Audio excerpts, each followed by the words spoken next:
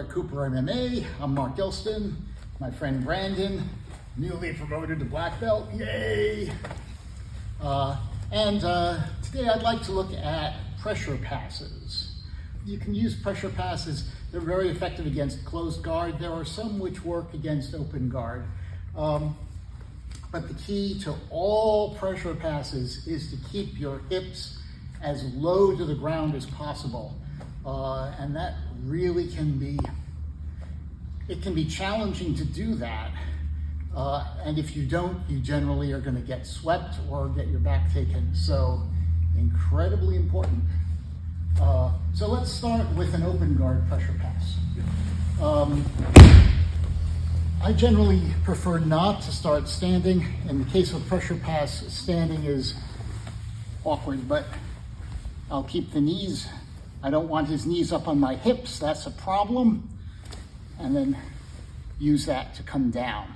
Now, to start this pass, I like a weave through the legs. Here, and I plant. Once I'm here, I'm going to bring my elbow above his hips and start moving up his body. Notice I've got that leg locked down. Can you move? No. Right? So that's the idea. I keep sliding everything up.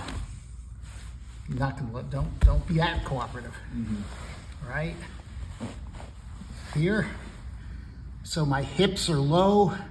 My weight is on his side, and eventually I move the elbow in to turn him up.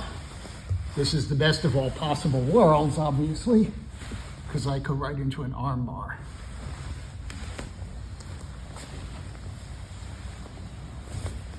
So once again, pressure,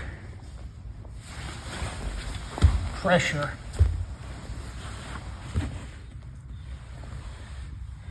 If you go fast, if you lift your hips, he's going to escape. So I want to just slide slowly up the body. Slowly up. Slowly up. All right.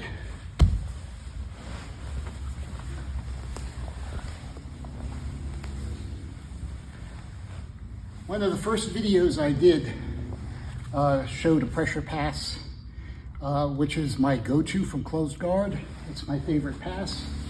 It bears looking at again. So in this case, I'm going for the head.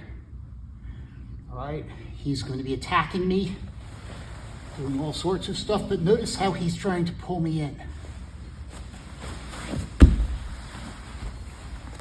I immediately grab the head and I have my hips down, locking his upper thigh to the ground. If I'm up just a little bit, he will take my back. So it's incredibly important to keep those hips low. So now if he tries to go for the back, he's stuck because he has no mobility in his hips. From here, I continue climbing, but I always keep those hips on the ground. Right? I'm going to turn to my right side, keeping that leg locked in, keeping that hip in contact. So even here, he cannot take my back. At a certain point, I will push this leg down and pass it. At that point, I immediately want to grab the near arm and I slide in, keeping my butt as close to his hip as possible into this Kesagatami. And a lot of submissions from here. I'll put a link to the original video which shows a whole bunch of submissions from this position.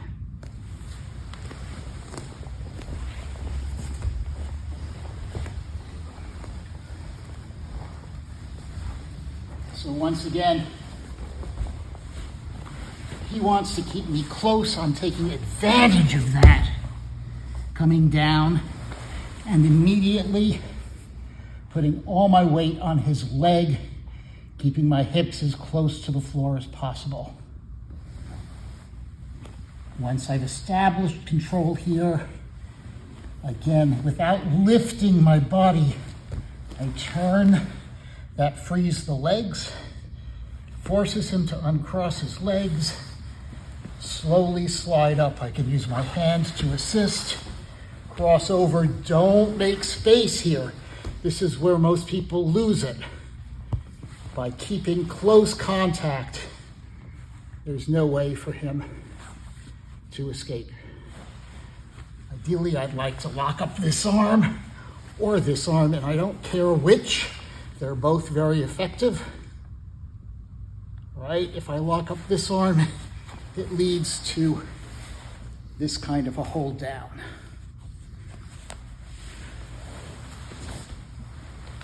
And there's various things, but at no point am I relieving the pressure on his rib cage.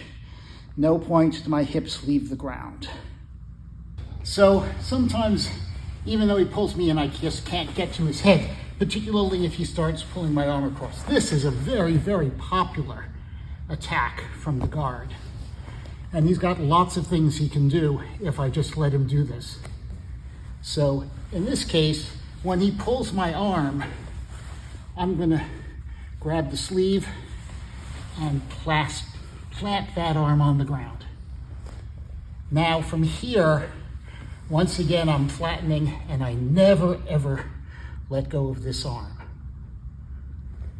Right? Up, that same kind of slide, keeping my weight on his thigh. My object is to get right next to him. Notice I still have the arm. I slide my butt up into his armpit and slide over the top here. And now I can finish with the arm bar, or I can come in this way, and if he's locks me here, arm bar. They're also this way, which is very nice because there's wrist locks in this position. So as long as I have control of the arm, there are a lot of different things I can do. Once again, when he takes my arm, take control. It's hard for him to defend that, right? Because he's going that way, and I'm just continuing. This also works quite well no-gi, this particular pass. So lock it in and flatten. Again, he can't take my back from here. I've got his arm tied up, I've got his leg tied up. So slowly come up, keep his arm away from his body. I can use my legs to force his leg down. And just even coming out, it's very hard for him to do anything with this leg. If he tries to recover it, it actually helps me slip out. Once I'm here, again, my butt must be in contact with his side. I don't want to allow him any space. Slide up into that armpit. That lets me start to come over. Even here, you might feel that, because my hips are now up, maybe he has something, but because I've got all my weight on his arm, he doesn't. Then I can slide over into this nice side hold position.